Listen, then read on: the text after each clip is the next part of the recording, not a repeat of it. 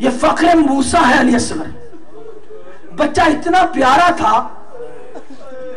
کہ 15-18 دنوں میں سارے گھرانے کو اپنا گرویدہ کر لیا تھا. کہتے ہیں شہزادے کی آنکھیں بہت موٹی تھیں، شہزادے کا چہرہ چاند کی طرح انتہائی چمکدار تھا، اور شہزادے کی مسکراہٹ بڑی پیاری تھی.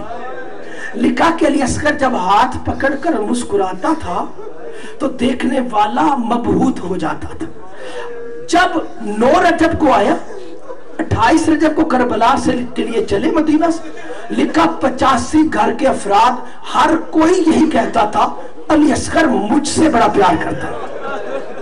سکینہ، فاطمہ کبریٰ، فاطمہ صغریٰ، عباس، زینب، ام کلثوم، ہر بندے سے علی اکبر علی اصغر نے رابطہ رکھا. اور یہ بچہ عام نہیں ہے بچہ، لیکن دماغ علی اکبر کا ہے.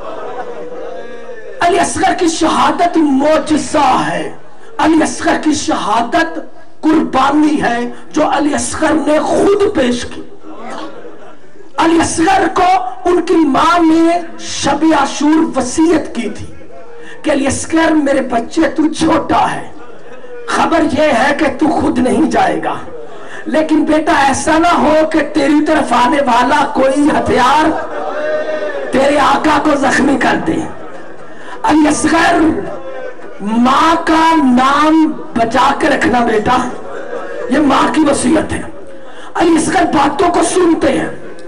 روایت میں ہے کہ علی اصغر اتنا پیاسا ہو گیا تھا، مولا آپ کا رونا قبول کرے، اتنا پیاسا ہو گیا تھا علی اصغر کہ 9 محرم کو بچے کا جسم کا گوشت کھڑا ہو گیا تھا اور سلوٹیں پڑ گئی تھی رخساروں پر اور ہونٹ کھچ گئے تھے.